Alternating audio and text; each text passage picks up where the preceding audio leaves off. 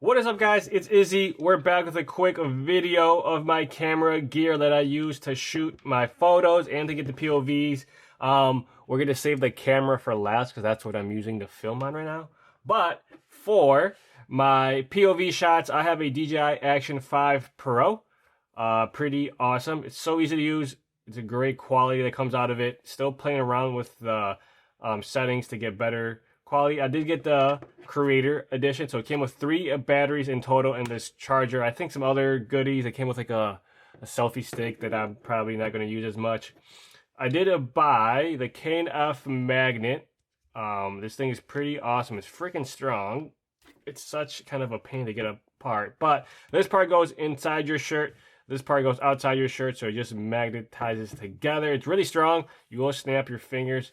Comes with this lanyard as well.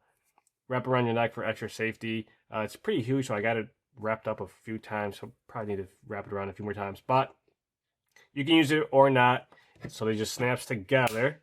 And yeah, it's simple to use. Only thing that I found is kind of the leveling. I feel like you need to get a small level and make sure it's pretty level once you use it.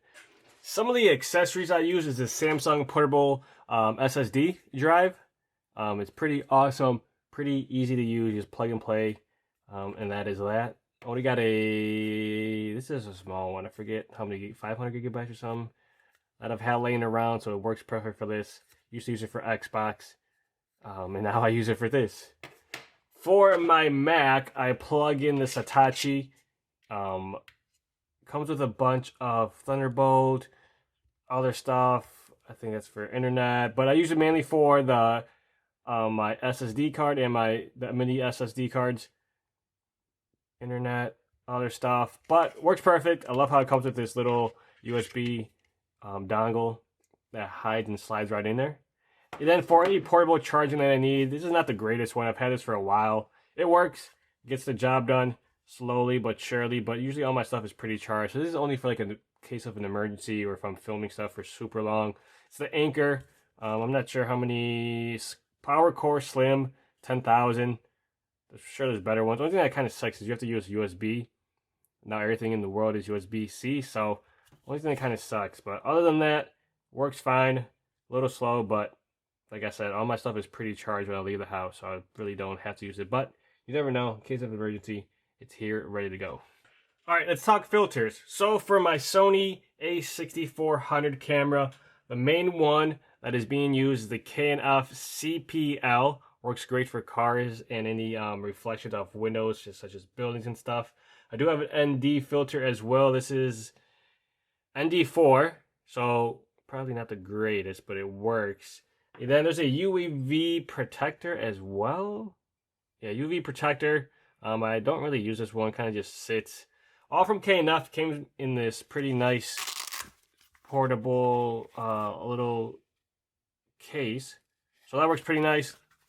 Like I said, I usually always have the CPL filter on. Just works great. Only thing I will say about this set here specifically is when you stack them, so when I use the CPL filter and an ND filter, when I'm fully zoomed out on my lens, you can definitely tell around the corners that it's being used. So you have to zoom in a little bit for that that darkness around the edge to go away. So that's my only gripe about it. Not a big, huge deal, but it does play a factor when you got a close-up shot. You can't move, you can't move any farther back because of a building or something's in your way. So you have to crop it in post, and that kind of sucks. For my GoPro, I also bought some ND filters. This was pretty cheap as well. Comes with a few of them. So ND, I don't know where it says. ND 32 all the way down to ND. Let's see. Oh, this is a CPL. So CPL, ND16, then ND8 is what it comes down to.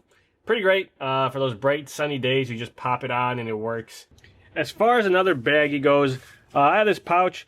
Just has a few USB-C charging cables. I have a few extra SD cards. It's where I keep my SSD drive as well, and my Anchor. I have a bigger USB-C to USB for this here as well.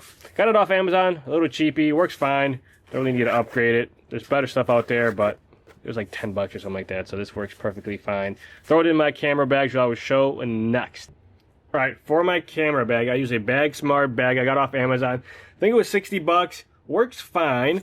I'll show you. It has compartments. You can customize it. All these pop out. You can make them however you would like. So I got the typical, just you put your camera here, face that way. Here's the extra GoPro. Not the GoPro, the DJI stuff that came. A case and some other goodies in there that I just kind of keep in this bag and leave it in there. But I usually put like my GoPro here, the batteries, and my GoPro in there as well. In one thing, in one little compartment. I'll keep like my filters. This is a little bigger, so I'll throw this one over here. The same with my filters for my camera. In this one, I have my Sigma cap, my flare cap, as well as my Sigma cap that goes at the end that connects to the camera. So that one's just in there as well. In this pocket, I'll throw my battery, my extra battery, and the charger as well in case I ever need to charge it. This is kind of a crappy setup. I do plan on upgrading camera, so I really don't want to spend money on like on batteries, another lens. So that will go in there, and then my camera will go here. Zip this up. I have has a pocket here. I'll turn it around. Has a pocket here. This is where I usually keep this is another Hitachi charger or bigger cable. I'll keep this in here just for ease of use. Throw it in there, zip it up, close it. Pretty nice, kind of thick. I'm planning on upgrading. I think I'm gonna return this and upgrade to a bigger one. Even with this small setup that I have now, everything's already being used.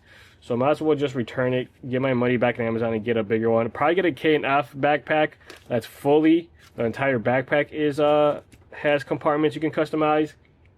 Just when I get another lens and get some more stuff in the future, just this is already maxed out and I would like to have a little more room for future stuff.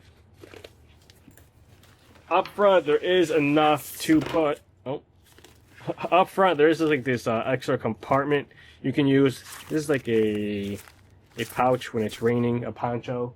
Up here I will put my bag of accessories in there. Fits in there perfect. Then you just zip this up all way. This will close. And then this has a little magnet here. This has a little magnet here that just clips, and then you're ready to go. For my tripod, I bought this like 2-3 years ago. I have no idea what it is. I know it's a Ulanzi. I'm almost positive there's better and newer stuff out there. Ulanzi Ambra. So use it. It works. Gets the job done. I need to get like a quick attach mount because this thing is annoying to thread on every single time. But pretty tall. I think it goes up to like 6 feet and something or 7 feet. Works great. A little heavy, but for around the house and just around the town, works perfect. Alright, now I'm using my iPhone to record this part, so let me know if there's a difference in quality, in sound, and whatever. I can tell it's a little brighter on here. So the moment you guys have been waiting for, the camera I am using currently is the Sony a6400. It's a beautiful camera, works great for beginners. On it I have a Sigma. Let's see if I can find the branding. I know it's Sigma 18 to 50 millimeter f2.8. There it is, Sigma. Honestly, probably the best overall lens you can use. Works great for wide shots. You can zoom it in enough. Obviously, won't zoom in enough to get the greatest shots, but it's good enough. I am using a manual mode. So I've been playing with that, kind of understanding it, kind of getting it. Not too bad of a camera. I do plan on upgrading here in the future. Kind of should have just went out and bought the better one to begin with, but you live and learn. And yeah, the plan is once the Sony A7 V comes out is to either get that or get the A7 IV in hopes of a price drop. We'll see the price difference. We'll see what the upgrades are. All right, thank you guys for watching. That was a quick little camera gear, nothing crazy in depth. But just want to get another video out while I wait for my next shoot. So thank you guys for watching. I appreciate you guys. If you guys have any questions about my gear, let me know down in the comments below. Make sure you like and subscribe. We'll greatly, greatly appreciate that. And yeah, thank you guys.